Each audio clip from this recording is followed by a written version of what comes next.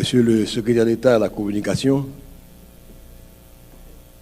Monsieur l'ancien président de la République, Madame l'ancienne sénatrice du Nord,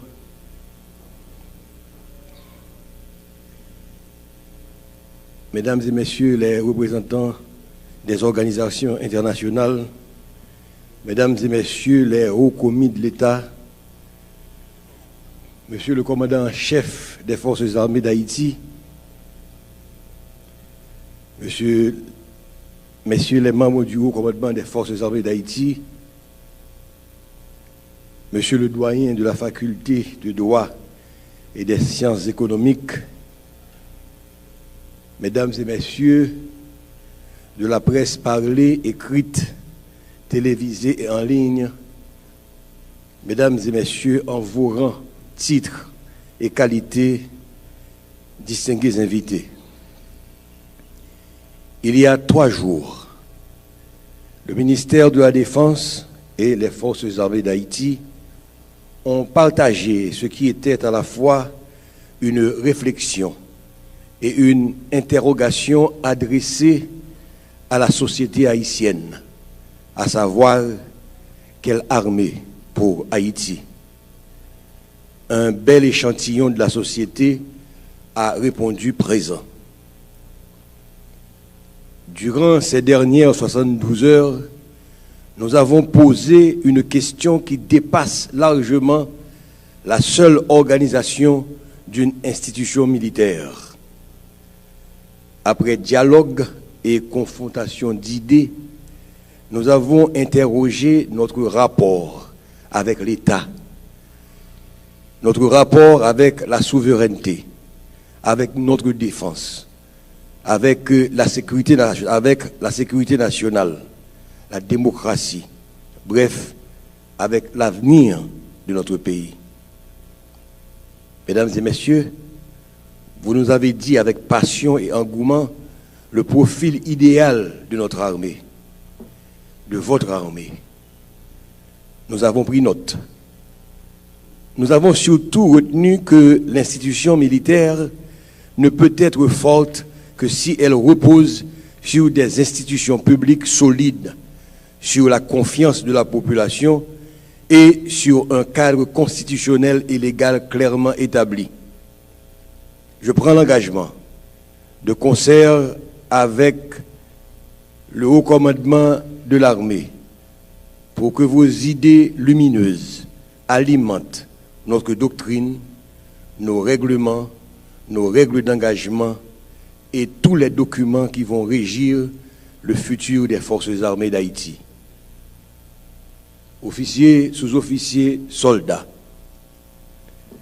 nous t'étendons même gens avec moi, qui gens participants yo t'es souciés de sécurité nous. Gagne même qui mandé pour nous mettre garçons sous nous, pour mettre femmes sous nous, pour ne pas prendre balle dans 4 missions nous gagnons pour protéger le pays à toute population. Il a fait proposition que personne ne doit jamais oublier.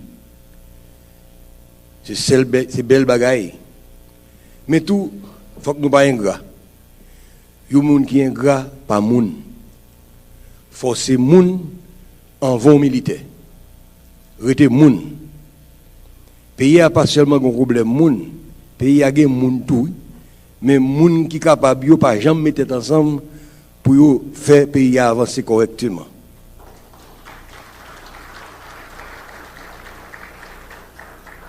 On nous rete les gens et puis les gens chaque jour.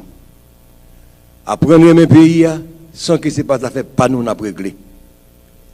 Si chaque monde a réglé les affaires, le pays a toujours dans le boom.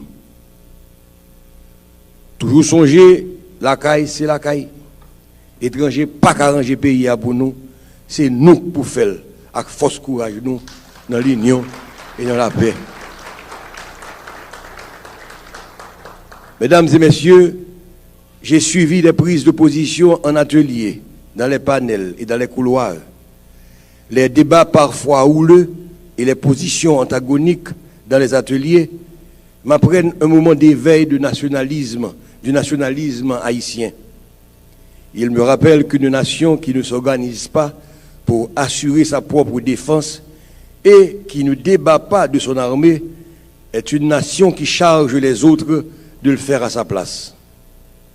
Mesdames et messieurs, vos réflexions nous ont permis de répondre à la question qui a suscité l'organisation de ce forum. Quelle armée pour Haïti?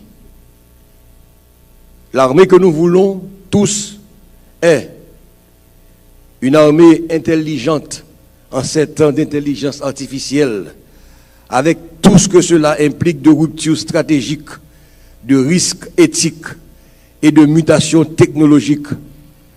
Une telle armée ne se mesurera pas par le nombre de ses soldats ou la puissance de ses blindés, mais par sa capacité à fusionner l'humain et la machine pour décider plus vite et agir avec précision.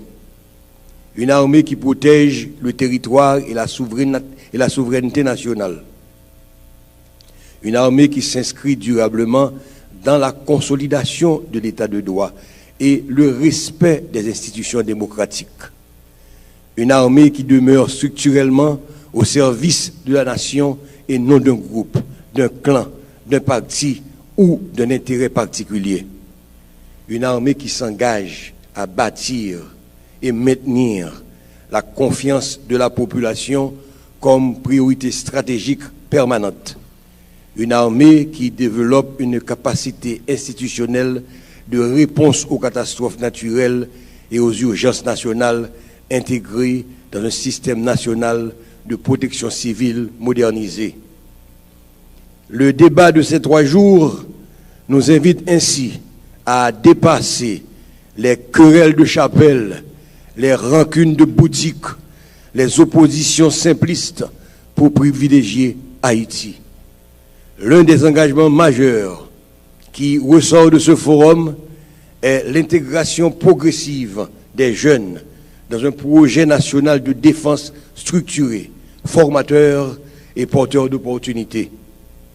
Au terme de ce forum, nous avons désormais une obligation de sensibiliser l'État pour transformer les interrogations et les conseils en politique publique et les idées en institutions fonctionnelles. Mesdames et messieurs, je voudrais remercier le Premier ministre qui a approuvé et supporté cette démarche dès le premier jour. Aux membres du haut commandement de l'armée, je dis merci pour leur détermination. Je remercie également l'Université d'État d'Haïti et sa faculté de droit et des sciences économiques, dont l'accord de partenariat signé ici même il y a 3 jours restera l'un des actes fondateurs de ce forum. Je voudrais également remercier chacun des panélistes qui se sont succédés à cette tribune. J'adresse des remerciements spéciaux à nos partenaires institutionnels et internationaux, ainsi que la presse qui a couvert l'événement en direct durant les 3 jours. Je remercie tout le cabinet du ministre pour un travail de titan. Que soit remerciée la légendaire fanfare des forces armées d'Haïti qui a su combiner des sons agréables avec la manière pour détendre l'atmosphère durant les 3 jours.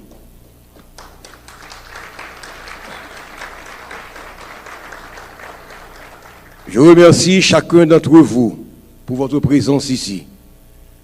Un remerciement spécial à Mme Chantal Joseph et à son équipe pour son souci du travail bien fait.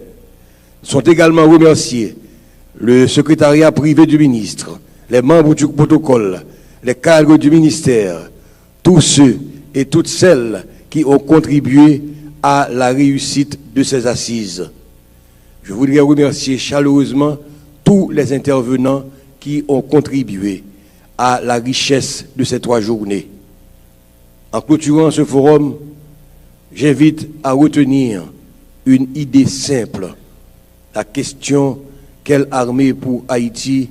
nous oblige désormais à répondre par des actes à une question encore plus fondamentale. Quelle Haïti voulons-nous construire? Et surtout, comment allons-nous la construire?